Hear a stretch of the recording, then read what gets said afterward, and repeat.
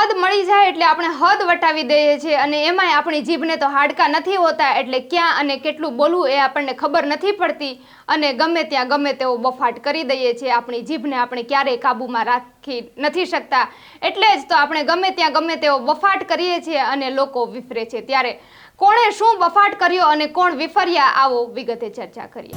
વૈષ્ણવજન તો તેને કહીએ જે પીડ પરાઈ જાનાને રે। નમસ્કાર, નવજીવન ન્યૂઝ સાથે હું છું અમીષા। આપણી જીભને હાડકા નથી હોતા અને જ્યારે પદ મળી જાય છે ત્યારે આપણે જાણે રાજા હોય તેવું સમજી લઈએ છીએ અને ગમે ત્યાં ગમે તે બોલી નાખીએ છીએ કારણ કે સત્તા તો આપણી ખુદની જ હોય એવું વર્તન આપણે કરી રહ્યા છીએ। જાણે હું કહું તે જ સાચું એવું વર્તન, એવો અહમ આપણા દિલો દિમાગમાં બેસી જાય છે અને આપણે મન થાય એમ જીભને વાળી દઈએ છીએ।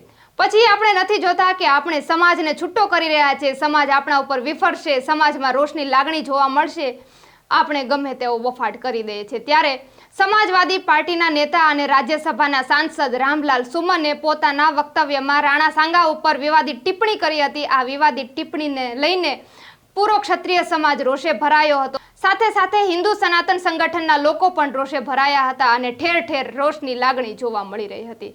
તેમાં બનાસકાંઠાના પાલનપુરના લોકો પણ રોષે ભરાયા હતા, પૂરો ક્ષત્રિય સમાજ રોષે ભરાયો હતો અને કલેક્ટરોને આવેદનપત્ર આપવામાં આવ્યું હતું। માત્ર કલેક્ટરોને જ નહીં પરંતુ કલેક્ટર, લોકસભાના સ્પીકર અને ઉપરાષ્ટ્ર સુધી પણ આવેદનપત્ર જાય અને રાજ્યસભાના સાંસદ રામલાલ સુમને પદ પરથી હટાવવામાં આવે તેવી માંગણી કરી છે। ત્યારે ક્ષત્રિય સમાજના સંકલન સમિતિના પ્રવક્તા કરણસિંહ ચાવડા શું કહી રહ્યા છે, પહેલા તો આપણે કરણસિંહ ચાવડાને જ સાંભળીએ। આપ સૌને જય સોમનાથ, જય રઘુનાથ, જય મહારાણા સંગ્રામસિંહ।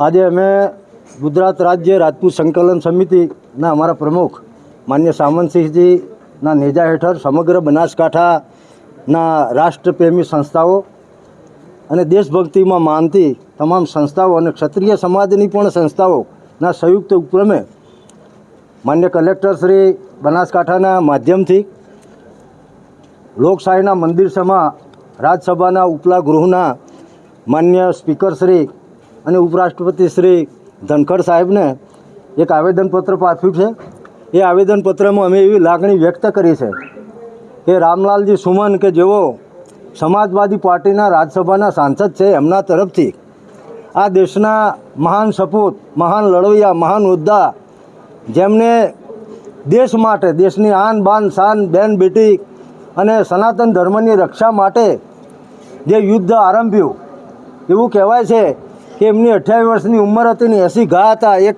આંખ નથી ને એક હાથ પણ નહોતો। આવા મહાન સપૂતોનું ગદ્દાર કહી અને રામલાલ સુમને અપમાન કર્યું છે।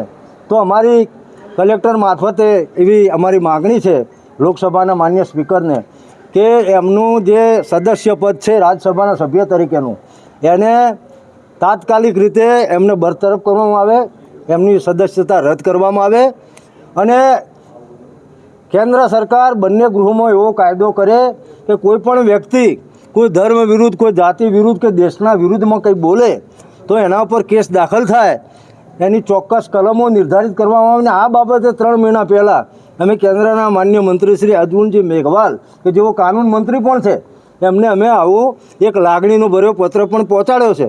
એટલે આજે અમારી મુખ્ય વાત એ હતી કે દેશના મહાન સપૂત જે રાણા સાંગાજીનું અપમાન થયું છે અને એના જે પ્રત્યાઘાતો પડ્યા છે, જો આ બાબતે કાયદેસરના પગલાં સત્વરે લઈ અને એમનું સંસદ સભ્ય તરીકેનું પદ રદ કરવામાં નહીં આવે તો હજુ આનાથી મોટું આંદોલન એ સમગ્ર દેશમાં થશે।